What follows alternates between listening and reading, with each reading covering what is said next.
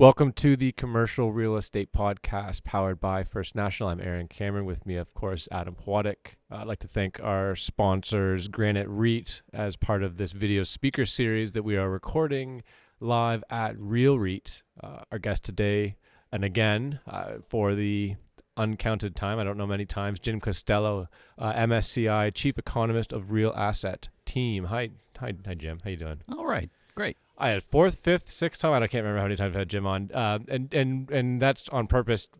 Jim travels the world talking about real estate and tracks capital flows and has a sort of an in-depth understanding of just kind of how our industry, commercial real estate, is interconnected to lots of different things. And so Jim always brings a very interesting perspective to our podcast, and so we like to have him on as many times as we possibly can. Today being one of those times, given just what's transpiring in the marketplace with interest rates up and future potential recession and all sorts of valuation challenges with real estate and all sorts of different things. So we're going to try to keep this conversation centered around sort of macroeconomic trends and the impact on real estate. Sound good? Sounds great. Okay, cool. Before we go there, for those that aren't familiar, why don't we just do a quick commercial on MSCI? Sure. Yeah.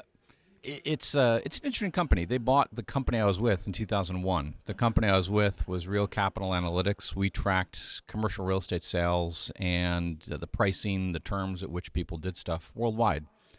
But MSCI, they have a much broader business looking at all types of investments, helping pension funds, 401ks, any type of investor understand the performance that they're looking at. So they build all these indexes on equity market performance. They had an interest in moving into more of a private asset world because the people saw the writing on the wall. Everything isn't just the stock market these days. People are investing in private companies, not just real estate, but private companies broadly. So the company's been making an effort to get more performance metrics around private companies. And that's meant buying companies that are tracking that information. They bought a company, IPD, in 2012. That's an investment property data bank. And they create an index here in Canada with RealPAC on the performance of real estate.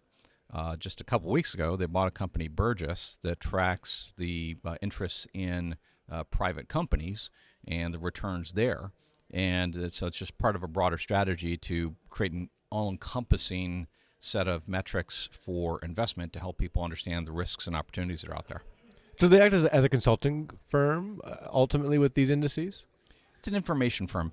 Really, the business is focused around creating tools around data and putting it in the hands of asset managers and investors to help them run their businesses better and really to help them do their jobs better. So decision-making support. Exactly. At a global level for difficult to get information. First time we met Jim, he was saggy-eyed and tired because he had just gotten off a red-eye from Korea. That was pre-pandemic. Post-pandemic, we've talked to Jim multiple times from his apartment in Brooklyn. Right. Where have you been recently? Let's see. Recently, I have not been back to Korea yet. Okay. This summer, I was the last trip I made before the summer break was to Amsterdam, and I spoke at a conference there and then saw a bunch of our clients there. There's a number of big asset managers in Amsterdam. Great city, really easy to get around because... Did you get on a bike? Well, I did later in the trip for some personal stuff. I took some vacation time on that one and did a 3-day ride through the Dutch countryside on a road bike and just left my luggage with a service that delivered to my place every day. That was fun. But it was also great. Just you're in central Amsterdam and you hop on a train and then you're suddenly in The Hague and you're visiting with clients and you hop on another train and you're off in another little area. So it's a nice multinodal kind of urban area. You can transfer yourself from city to city without using a car. Oh, yeah. Amazing. Yeah, I know. Really, that's very unlike a lot of places in North America. But it was quick and easy, and people were commuting like that. It was pleasant. But I was there visiting with those asset managers. This year, the rest of my travel is mostly focused on the U.S. and Canada. It's been a couple trips to Toronto. Later in the year, I go to Vancouver again. Back here in the fall, of course, for the Global Forum.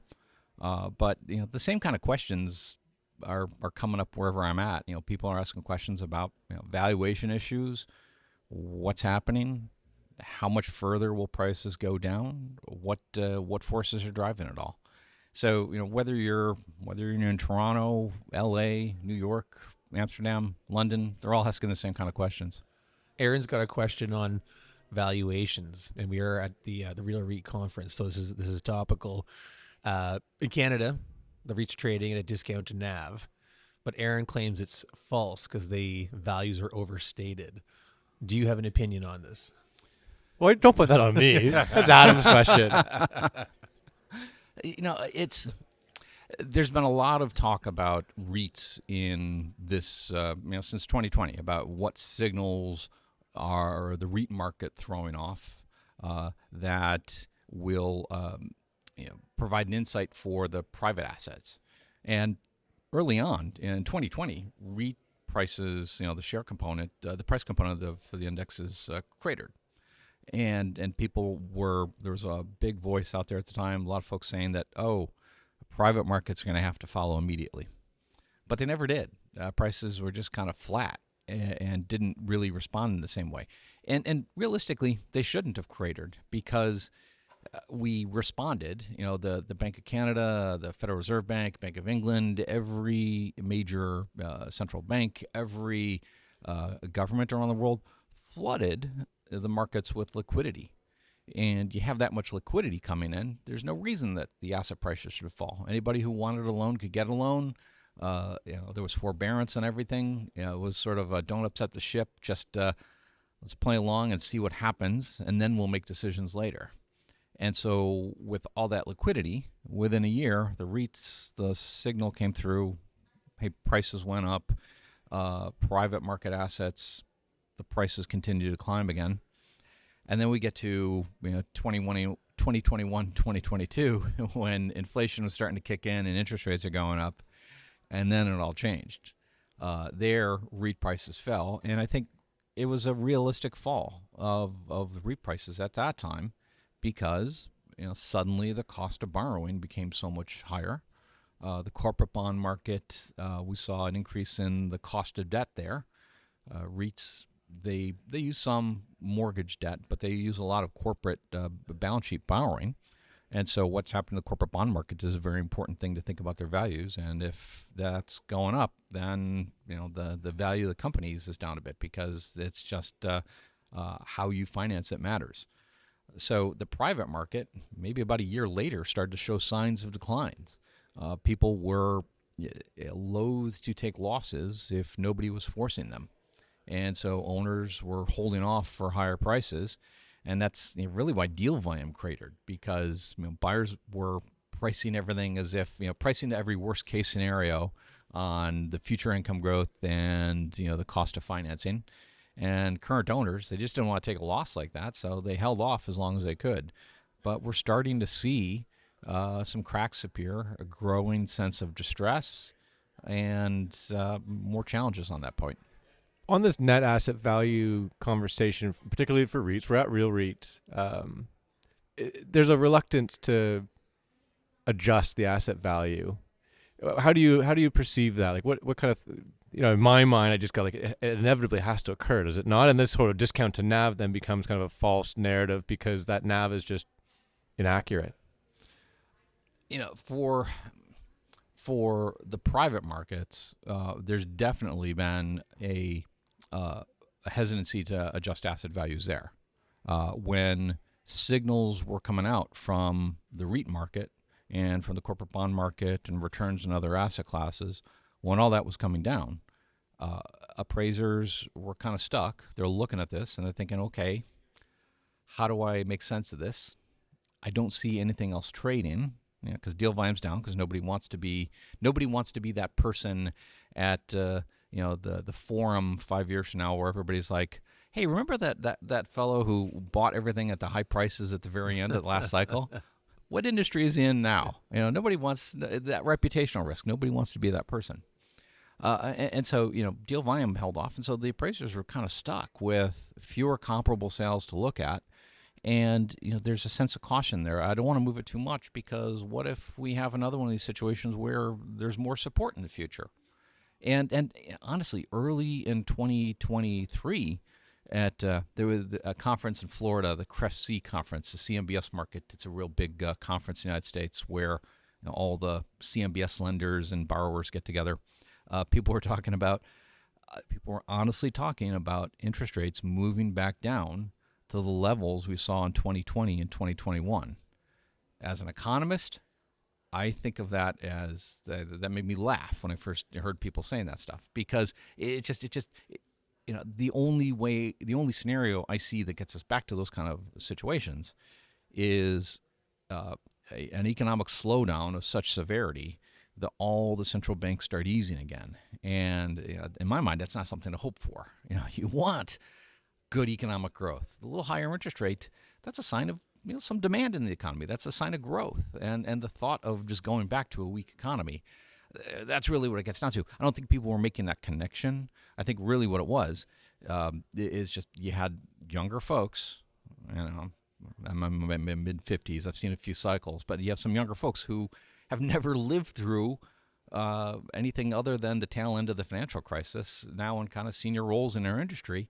And they've just never seen a period outside of this free money period we've been living in. And so they're having difficulty adjusting to a new set of expectations. This is another challenge that the appraisers have. The appraisers, I kind of feel sorry for the appraisers, because they're doing something. They're trying to come up with an honest estimate of the value, and the information is just so limited, and the experience set that they can draw from is so limited. When the central bank started raising rates, the rate rises for the Bank of Canada, the last time they raised rates as quickly as they did in this cycle was in the mid-1970s.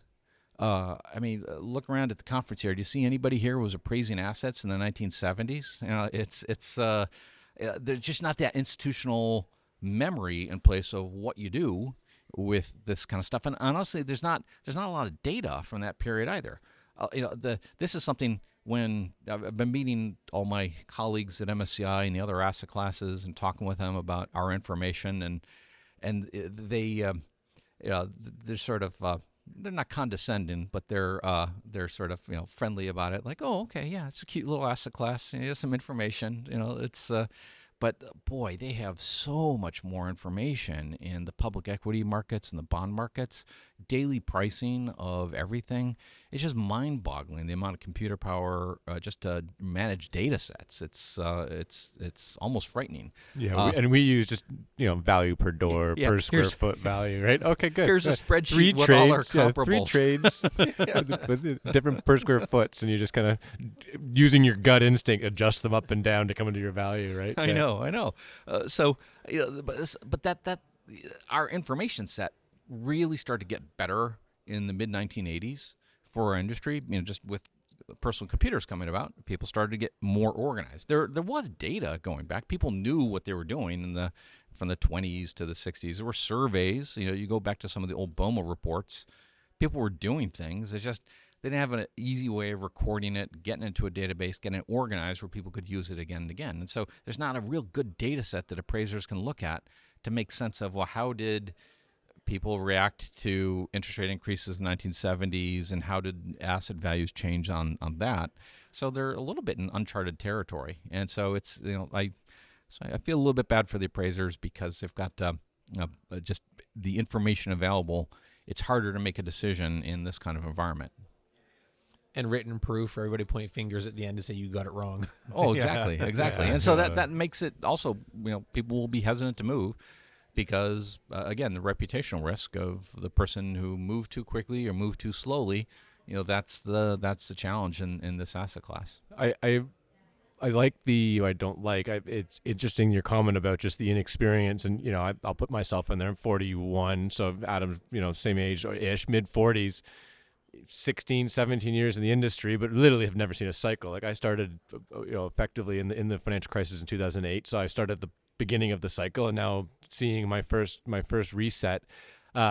Maybe being a lender, I'm perhaps a little bit more exposed to the risk, because we just think of very sort of conservative terms, right? Lenders, the objective is never to lose a dollar. we look at things, and you talked about these lower interest rates, and we have these conversations with clients, and certainly they kind of say, they kind of dream about the days of yesteryear when I could finance my building at a 2.5% interest rate. And they kind of go, yeah, that would be nice if it would come back down there. That way the 3.5 cap that I bought the building at would still make sense. And we do this as lenders, kind of, okay, well, if inflation, where's inflation going to be? Well, let's call it 2, right? You're the economist, follow the math here, right? Let's say inflation stabilizes at 2. Historically, bond yields, T-bills, GOC, Government of Canada bonds trade, 100 basis points, 150 basis points wider than inflation. So all of a sudden you're talking risk-free bonds at, I don't know, call it 3.5%, 4%.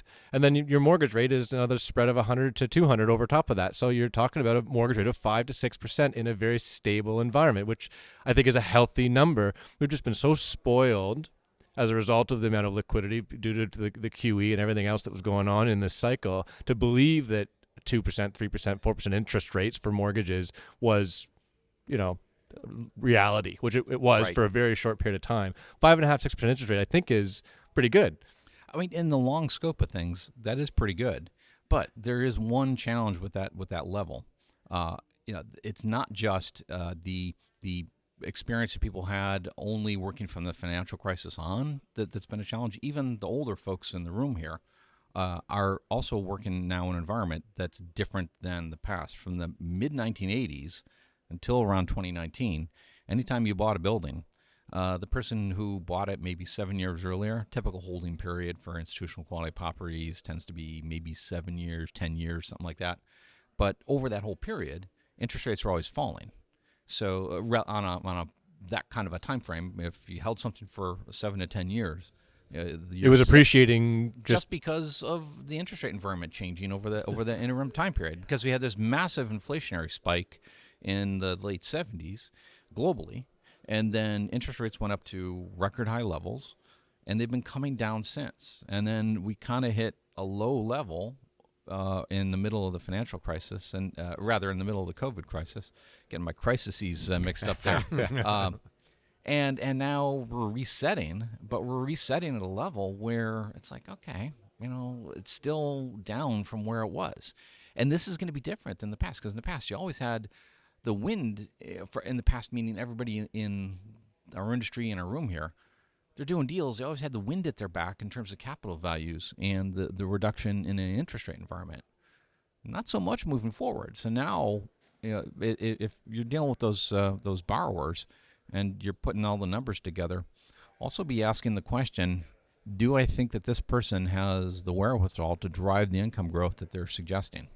Because that's going to be an important component of returns moving forward. Yeah. And an important component of whether someone can actually pay off a loan in the future. Yeah, balloon risk. Balloon risk is a new term. There's a lot of people in our industry that don't know what balloon risk is yet.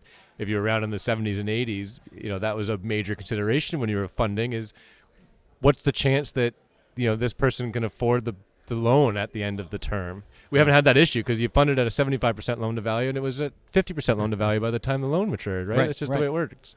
And everybody underwriting has been nothing but sunshine for for almost decades at this point. I was at a NAIOP event, and somebody was retiring. I wish I could remember who. This is a couple of years ago, but somebody very senior. And his message to the crowd of several hundred people was, don't mistake a tailwind for a good strategy. That was, after decades in the business, was his message to everybody is, you're not as smart as you think you are. Everyone's doing well, but there's just been a hurricane blowing behind you for 10 years straight. Right. And so so that's a really good point. I want to get your take on this, Jim, because this is unique. Well, it's unique because it's every cycle is different. Every crisis is slightly different. Not that this is a crisis, but you know what I mean. The fundamentals are broken and they're resetting. What's interesting to me, and we see it on the debt side for years, there's been a lot of people realizing the benefit of these tailwinds and recapitalizing their portfolio. There's a ton of people that have taken out a ton of money and not necessarily redeployed it, because just the way it worked, they took out a bunch of capital, maybe refinancing some assets, and then the market shifted, and so they haven't redeployed it. So I think there are a ton of players sitting on a ton of cash. Like, this is not a liquidity issue, right? There's a lot of money, but there's still no transactions going on. And how do you balance the fact that there is a ton of money in the system, but just nothing transpiring? Yeah, the way people usually talk about that issue, they talk about the dry powder that's out there. How much dry powder? And there's been an argument that, well, we're not going to see too much of a calamity because there's so much dry powder. People are going to come in off the sidelines and buy everything. And I mean, if you follow that analogy, dry powder, once there's a breeze, it just blows away. Because we saw that after the financial crisis. The same argument was in place then, that we weren't going to have big price declines because there was dry powder out there and it was going to jump on everything. It was going to keep prices from falling. But it didn't. And it just didn't because the money was there for sure, but the investment opportunity just didn't make sense. Nobody was willing to pay, the high prices of the past just to be able to deploy the money, because it was better just to hold on to it and wait for the market to reset, as opposed to chase the deals at the prices that still didn't give up enough to make the investments make sense. And so today, we don't have enough information yet in terms of distress that's been realized to just see the impact of those numbers of the amount of the dry powder out there yet. And we're still, in some sense, at early stages of the market coming to grips with what's happening here. But some anecdotal stuff I've heard from people, just some note sales. It seems that the larger notes that have been selling at a bit of a discount, a little bit of distressed debt, that there is some reduction in price, but not entirely, because there still is a bit of a crush of capital looking for something. So I don't know. It looks like it's going to help some, but not as much as people hope. If patience is a virtue. Oh yeah, always, because if being the first person in, and jumping in trying to buy distressed stuff or trying to buy even a cash flowing asset, thinking the market has fully reset, that's a risky proposition sometimes from a reputational point of view. Again, nobody wants to be the person that everyone talks about 5 years from now at the global forum that they were the one who bought everything at the record high prices before the final shoe fell. Especially when so many people are managing other people's money, it's exactly. Particularly embarrassing. Exactly. Can we talk about the U.S. a little bit more? I mean, I know you mentioned that U.S. is the gold mine for data, due to, I guess, debt transparency and the size of the market, and we'll just use the general concept that generally what happens in the States gets mirrored here. What do you see transpiring in the States over the next 24 months? Yeah, this issue of transparency on the debt markets. The issue is that there's a wider variety of lenders in the United States than in other countries. This has been a challenge for us this year, actually. The Silicon Valley Bank and the distress that we saw from just the banking sector broadly, it raised a lot of questions for folks. Relative to the size of the economy, the U.S. has many more banks than other countries. Most countries have a handful of big champions, and the U.S. has a bunch of small specialty banks. You'll have banks focused on just certain types of agricultural loans. You have banks focused on just commercial real estate loans, banks focused on just lending to the oil sector. You name an industry, there's some specialty bank providing capital to it. And so it's the competition from all that, plus the way public information gets managed outside of government sources, meaning our land title process. It just makes for a more transparent market than the rest of the world. It's not some bureaucrat kind of preventing information, hoarding information. It's private markets trying to make a living, collecting information and selling it, and so it makes it a bit more transparent there. That's been something we've been doing ourselves on the equity side, but the debt market, we rely on a lot of public sources and semi-public sources that are available in the U.S. and aren't available anyplace else. But, so we do have a sample in the United States, and maybe there's some stories that work there that people can take away to look at, what's happening in their own countries. And really the distress that we're seeing right now, it's office buildings. We've seen an uptick in the last couple quarters of distressed office loans. There's a rise in delinquent loans, and delinquent meaning missing payments and people telling the owner that they're going to give the keys back, Maybe they won't. Maybe that's just a negotiating position as they try and reset things. But eventually, some of that's going to flow through to defaults and REO situations for the lenders, and that has been rising in the last few quarters. It's not at the levels that we're at during the aftermath of the financial crisis yet. We're not that high in terms of the amount of distressed activity, but it is on the way up. It's as if people were waiting. Everybody has known for a while that there's a challenge with offices, but how much of a loss you should take and how much of a loss you should try and convince your lender to take. That's been the thing that everybody has not really made some moves on yet. But it seems like they're starting to move. We haven't calculated. It's a shame I'm here today as opposed to a few weeks now. We're in the middle of doing some calculations on the loans that did go bad and what kind of loss rates we're seeing. Maybe we could talk about that in November when I'm back here for the forum. You talk about office. What about other asset classes? Hotels early in the crisis, in the COVID crisis, were a big source of defaults. Some of it was just bad timing. Full service hotels focused on convention center activity that happened to have a loan rolling over in 2020. What do you do? Nobody's making loans on those. There was no certainty of what happened in the future. So some of them, it was just bad timing.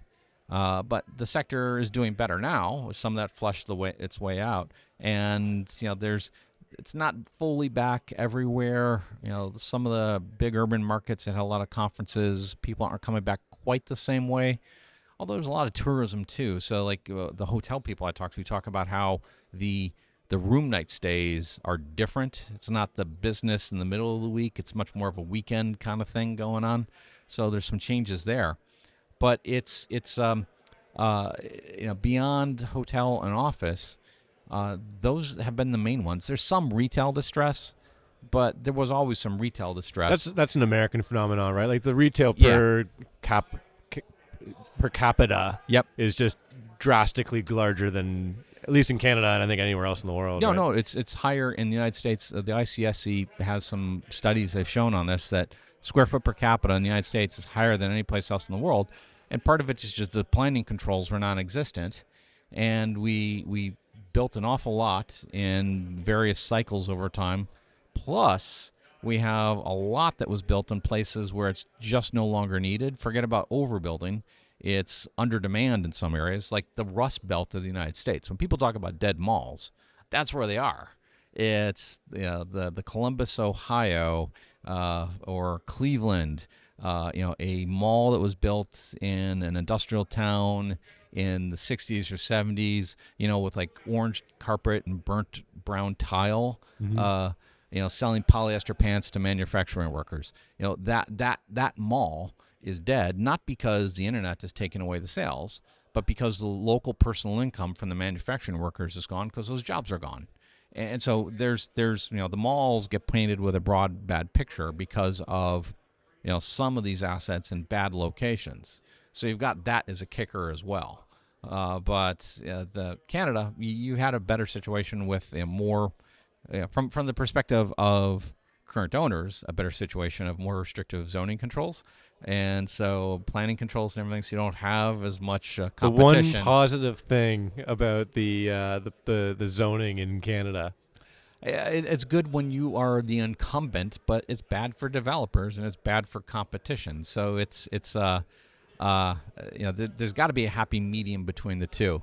And personally, I think of some sort of market-based incentives. Maybe zoning through charging fees around highest and best use, but that's a whole other thing. It's a whole other podcast. Yeah. We're almost out of time, Jim. So given we're in this sort of transitory, I don't want to say that because I think that's an old term, but transitioning cycle, what's your crystal ball look like? What's the general time frame? How bad does it get? What are you thinking? Well, one thing that I think is just hardwired, we're going to start to see in the fourth quarter of this year and the first quarter of 2024, the declines in deal volume we've seen recently have been at high double digits. That's going to start to moderate. And part of it is that we've seen really bad headline figures for deal volume in recent months, simply because a year ago things were still looking good. We still had, low interest rates early in 2022. Deal volume continued at record high levels for a bit. We had an excess period of liquidity for a bit. And so the headline numbers today have looked bad because Year over year. The year over year looks bad. But we're going to start getting into that period where, okay, we've been in a high interest rate environment for a year now. But I think that's also going to, and so the deal volume isn't going to be falling as much. But I think it's also going to allow people to start to come to grips with how they should be valuing things. It's been a year of high interest rates, higher than where they were. And I think people who have been holding out, it usually in our sector takes about a year for this kind of information to filter through to investment committees, to communicating to your investors where things stand, to going to conferences and talking with everybody and figuring out where all the desire lines lie in the capital sources. Going on podcasts. That's where information comes through. And which also for my public market colleagues at MSCI, they find funny in a sense. Like, what, you go talk to people to figure out where things are at? And it's like, well, yeah, this is real estate. It's an opaque market. You have to talk to everybody. That's how it works. Yeah. I think we're out of time. Jim, thanks so much for joining us. We didn't nail down how many times you've been on, but I know it's not your last. So that will be maybe interesting to get you back on when you're next landed in Toronto. We, of course, want to thank First National for powering the podcast, Granite REIT for sponsoring the video series, and most of all, our guest, Jim. Thanks. Thank you.